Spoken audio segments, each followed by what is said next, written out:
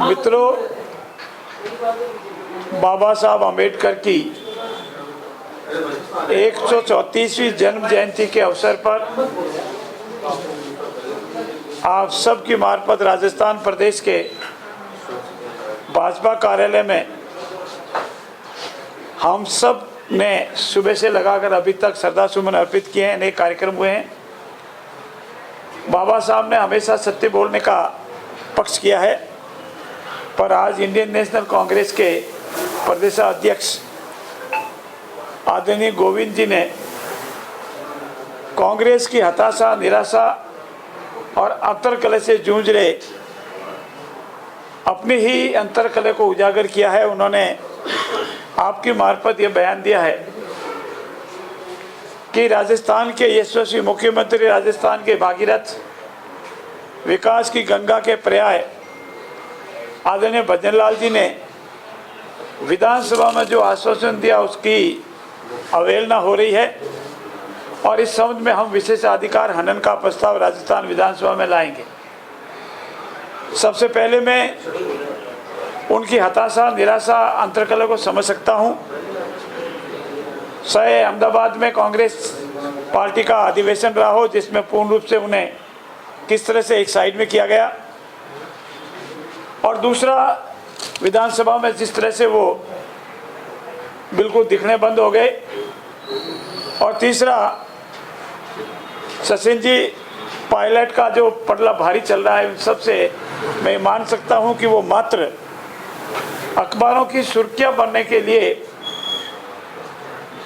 बिना किसी आधार के गलत बयानबाजी कर रहे हैं। विशेषाधिकार हनन कब लगता है, कैसे लगता है, मेरा मानना ऐसा है, पहला मेरा ये भ्रम था कि नहीं वो बहुत जानकार है, विधानसभा के कार्य और प्रणाली से पूर्ण रूप से परिचित है, लेकिन आज के उनसे बयान से लगता है कि वो इससे परिचित नहीं है।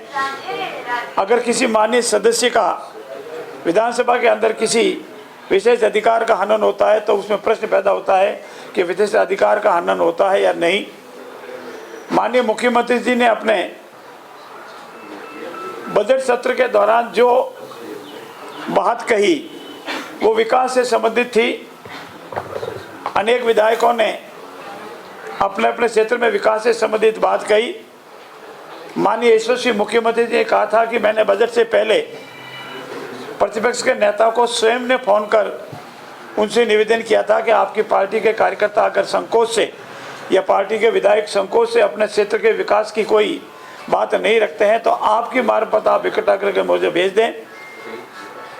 और उन्होंने ये भी कहा था कि मैंने प्रयास किया है कि राजस्थान के 200 के 200 विधानसभा क्षेत्रों में यथा योग्य एक समान विकास के कार्य हो, और उन्होंने विधानसभा में भी ये आश्वासन दिया था कि जो भी विधायक अपने विधानसभा क्षेत्र के विकास की बात लाएगा यथा होगी उसकी पूर्ति होगी। उस समय पंचायत राज या निगमों के पुनर्गठन की न तो कोई बात थी, न कोई ऐसा विषय आया, और न माननीय मुख्यमंत्री जी इस संबंध में कोई वक्तव्य दिया। ऐसी स्थिति में कांग्रेस के प्रदेश अध्यक्ष का ये वक्तव्य कि उन्होंने विधानसभा में दिए गए आश्वासन के विपरीत हमारे पूर्व के प्रतिपक्ष के नेता आदरणीय राजेंद्र जी राठौड़ का नाम लेकर अन्य गलत आरोप लगाए, मिथ्या आरोप लगाए। मैं निवेदन कर रहा हूं आपकी मार, पूर्ण रूप से मिथ्या आरोप लगाए। यह प्रशासनिक व्यवस्था है, कानूनी व्यवस्था है। पंचायतों का पुनर्गठन पंचायत राज अधिनियम के अनुसार होता है, नगर पालिकाओं का पुनर्गठन नगर पालिका अधिनियम के अनुसार होता है, और यह पूर्ण रूप से प्रशासनिक इकाई है, वो करती है जिसमें विधायकों का, जनप्रतिनिधियों का मात्र सुझाव देने तक का रोल हो सकता है, जिसमें किसी भी पार्टी का कोई भी सदस्य हो अपना वेदना, परिवेदना संबंधित अधिकारी को दे सकता है। निर्णय कानून के अनुसार पूर्ण पारदर्शिता से प्रशासनिक इकाई लेती है। उसके बाद उसको सुनवाई का अवसर है जिला स्तरीय कमेटी के सामने, और उसके बाद उसको सुनवाई का अवसर है प्रदेश स्तरीय कमेटी के समक्ष।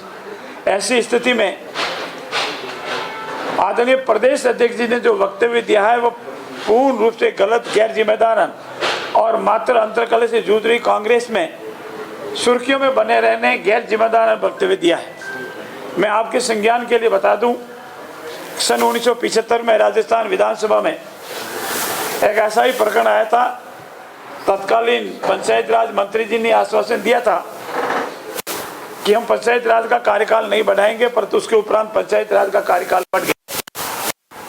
तो प्रोफेसर केदार और एक और माननीय विधायक ने यह प्रस्ताव लाने का प्रयास किया कि हमारे विशेष अधिकार का हनन है, और उस वक्त ये स्पष्ट रूप से निर्णय हुआ पार्लियामेंट के अनेक उद्धरणों को कोट करते हुए कि अगर किसी मंत्रिपरिषद के सदस्य द्वारा विधानसभा में कोई आश्वासन दिया जाता है तो विशेष अधिकार की श्रेणी में नहीं आता है, वो आश्वासन समिति के समक्ष जा सकता है।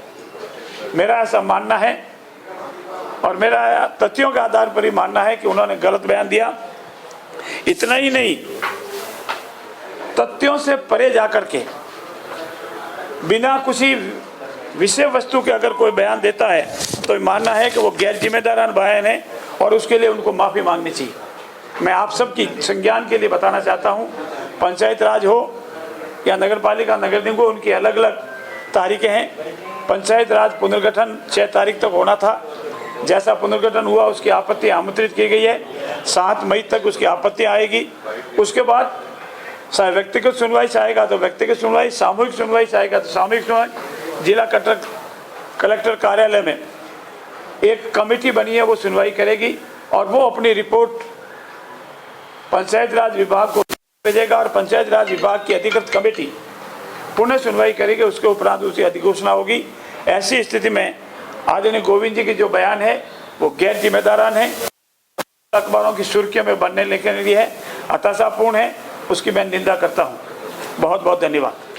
मंत्री जी सचिन पायलट ने कहा है कि अगर वसुंधरा राजे जी की सरकार सुन रही है तो वसुंधरा जी को पूरे राजस्थान का दौरा कर लेना चाहिए, जिससे स्थिति अच्छी हो जाएगी। मैंने आपसे पहले ही निवेदन किया कि एक क्षेत्र पर कांग्रेस के दूसरे नेता है, वो सिर्फ ये देखते हैं कि किसने क्या बयान दिया है। वसुंधरा जी ने विकास और पानी की समस्या के संबंध में दिया है। ये उनका एक जनप्रतिनिधि होने के नाते दायित्व था, उन्होंने निभाया है। सरकार का दायित्व है कि राजस्थान के प्रत्येक ग्राम, जानी, शहर और कस्बे में पेयजल की समस्या का समाधान हो, पेयजल की समस्या नहीं हो। इसीलिए सचिन जी ने जो बयान दिया है वो किसी भी तरीके से उनको सलाह देने का अधिकार नहीं है। पहले खुद भी एक बार कहीं भी दौरा कर दे और ये बताए कि आपके संबंध में पूर्व माननीय मुख्यमंत्री, तत्कालीन मुख्यमंत्री जो बयान दिया था उसको आप सही मानते हैं या गलत मानते हैं। धन्यवाद।